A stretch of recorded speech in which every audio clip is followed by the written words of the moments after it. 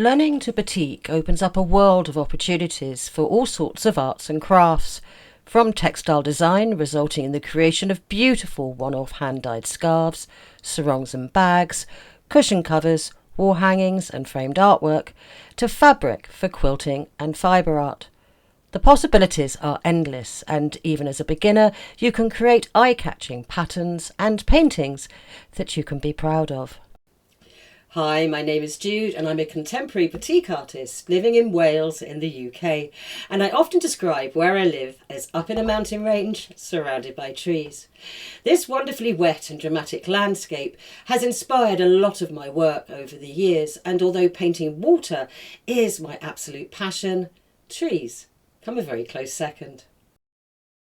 So in this project I'm going to take the concept of the silhouette that I showed you in my last batik tutorial and move it on just a bit.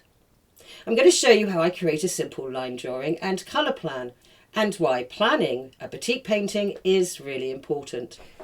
If you're a beginner and haven't watched the previous videos in my batik tutorial playlist, then you may find it useful to watch these first, and I'll add a link in the description to my playlist of tutorials that I've done so far.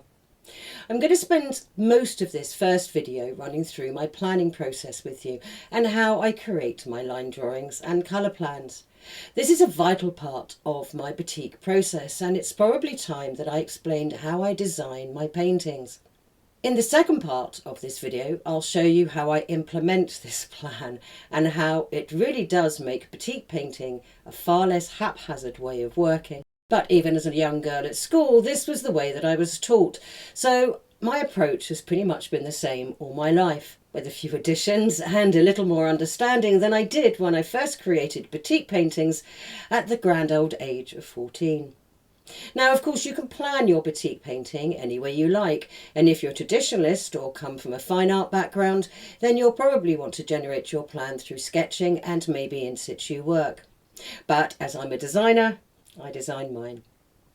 To start with, it's probably worth me explaining why a detailed line drawing and colour plan are necessary. Dyeing cloth and adding hot wax to that fabric to create a permanent image is in the main a one-chance medium.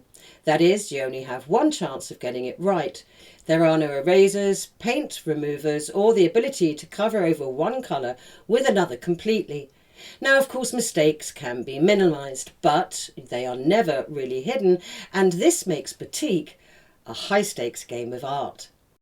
I really would throw batik after batik into our wood burner, and all that time and creative effort in those failed pieces would go up in flames too.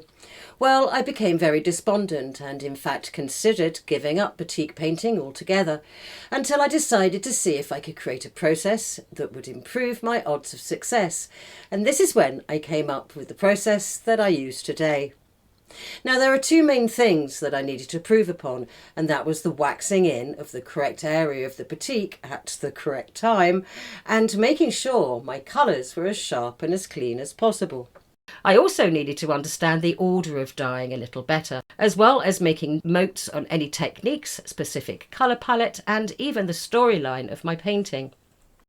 So I often jumped into a complex painting only to realise that I'd just waxed a big sky-coloured hole right in the middle of the trunk of an ancient oak tree, or waxed in a light background and realised afterwards that some of that sky was in fact meant to be the head of a person.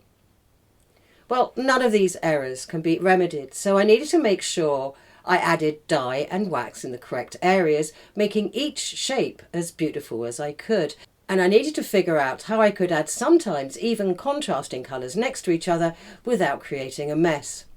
So although traditionally all I used to do was create a line drawing, transfer it onto my fabric, and with a vague idea of what I wanted to create, I'd just get going. Now I spend a great deal of time planning a batik, especially a complex one, and before I finalise any line drawing and colour plan, I spend a lot of time exploring my image. I've learned that in order to really understand the painting that you're going to create, you need to really understand how it's constructed. And for me, the easiest way to do this is to simply print out the photograph that I'm going to base my painting on, and initially I lay tracing paper over the top, and with a pencil or fine liner I create an initial line drawing, identifying all of the major objects, as well as any of the colour changes within these objects. These first initial sketches tend to be way too detailed for what I want, but what I achieve from this initial plan is all the information that I need to then refine the image into exactly what I want. So there's a lot going on when I'm planning my work, and working at the same size as the final piece and using the finer tip of a marker pen to colour in the shapes allows me to judge how much detail is possible and what wax pen size and brush size I might need. Now, there are a number of important decisions that I need to make at this stage. And firstly, I need to decide upon a composition. Composition is an important part of the planning. Take the picture that I've chosen for my reference. Now, I'm not going to spend time explaining the golden section and the rule of thirds, as there are many videos on YouTube about composition that you can watch and learn from.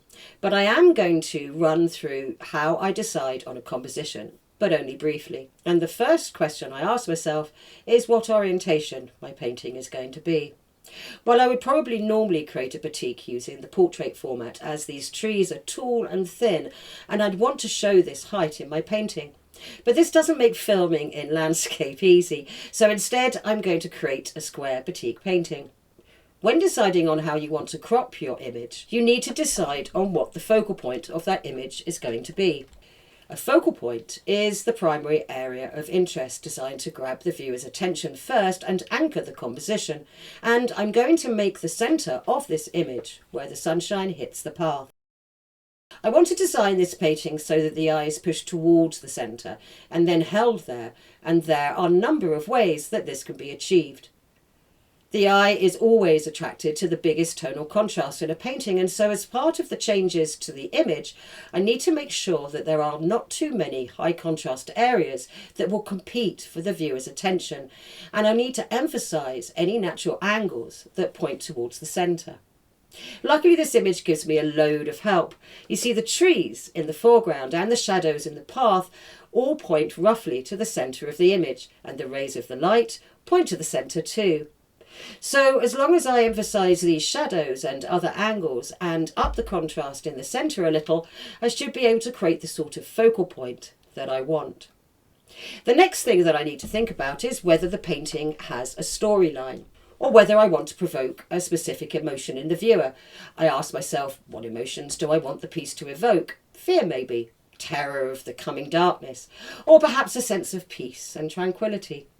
I think that I want my batik to provoke the feeling of the stillness of a warm summer sunset, the mystery and magic that a woodland path can evoke, and all those strong shadows and the colours are, well, just perfect for translating onto fabric. So I've already made quite a lot of decisions. I've decided a composition, a focal point, and I've begun to make notes on changes that I need to make to the original image to make the focal point really pop. With that in mind, I take another look at the cropped image. The angles of the shadows and the sunlight are great for creating the focal point, but my eye seems to want to travel horizontally at the far tree line. This is because of a number of reasons. The first being that after where the sun is, that tree line has the strongest contrast. That is, the sky is almost white and the trees are almost black. The strongest tonal contrast in a painting will always draw the eye to it instantly. So in order to knock this back, that is, reduce the contrast, I need to lighten the area quite a bit when I'm adding my dye, and I'll taper the black into the lighter grey as it moves further from the sun. Another reason why the eye is attracted to this tree line is that it's a horizontal. Now, humans, we like to know where we stand, and when looking at a painting, especially of a landscape, this is really important. So unless the painting wants to purposely provoke anxiety and discomfort, the painting needs to have some strong horizontals and verticals in it. Now, of course, the trees are providing plenty of verticals in this image, But there are really only two main horizontals, the tree line and the level of the path. I want the eye to go to the path and not the tree line for stability, so I'm going to up the colour contrast and detail in this path and reduce the strength of the vaguely horizontal tree line. In other words, I'm going to knock it back a bit, and at the same time I want to make the horizontals in the path a little more prominent. So I'm going to move a few of the trees to open up the path a little and increase the contrast in this area to attract the eye more. With all that decided upon and noted down, it's time to consider colour and possible dyeing techniques for this piece. Now, this batik from a colour perspective is very straightforward. All the light and bright colours are yellows and oranges, meaning that they'll all be created using two primaries, the lemon yellow and the magenta. The darker colours are all made from browns, which will be made by adding a little turquoise to a stronger orange, with the actual brown created dependent on the ratio of orange to turquoise, as well as the amount of chemical water that you add. Now, browns can be tricky to get right, as the proportions of all three primaries will define the final colour. Let me show you. First off, I've popped a little of each of the primaries into troughs on my palette. This makes sure that the original primaries don't get contaminated or diluted during the mixing process. Then I create an orange, and then I add just a little bit of turquoise to that orange colour, and it begins to turn brown. Now, if I add too much turquoise, then the colour will end up going an olive green. But if I only add a tiny amount to the orange, then the orange will just turn a slight tan colour. If I want a reddier brown, I add more magenta. And if I want a more sandy coloured brown, I add more yellow. So now I have a colour palette defined. I can turn my attention to considering what techniques will be right for this piece. Well, in this batik painting, I'm going to use cracking, which is one of the most identifiable techniques when it comes to batik. However, I'm sure it's no surprise to some of you that I'm not going to use cracking in a conventional way. You see, I've always struggled creating realistic branches and twigs in trees in winter. They always seem to look clumsy and, well, a bit weird, to be honest. So for this piece, I don't want to define exactly how the branches on the trees are going to behave. All those twigs, the light seeping through and the various colours, well, to do all of that would be incredibly time consuming and actually completely unnecessary. You see, one great thing about batik is that you can create cracking, and in this piece I'm going to use cracking to add all of the detail to the tops of the trees. Okay, well now I think I have quite a good idea of what needs changing to the reference photo to create the batik painting that I want. And it's time to turn all those notes into a final line drawing and colour plan. This is when I can alter the image to fit my composition, change the colour palette to fulfil my creative requirements, and add and remove elements of the composition to emphasise a hidden storyline or improve the composition, for instance. Once I'm happy with my line drawing, I remove the printout and work on a further piece of tracing paper. Using the line drawing as the template, I draw up the lines onto this new piece of paper and then I colour it in. I limit the number of colours that I'm going to use, as these colours will indicate the number of dyings and order of dyeing. I try to imagine how I'm going to dye each colour onto my cloth as I'm colouring it in. Basically, although this colour plan really is only a guide to my dyeing, it does give me a good idea of the number and order of dye sessions, the colour palette and the primaries that I'm going to be using.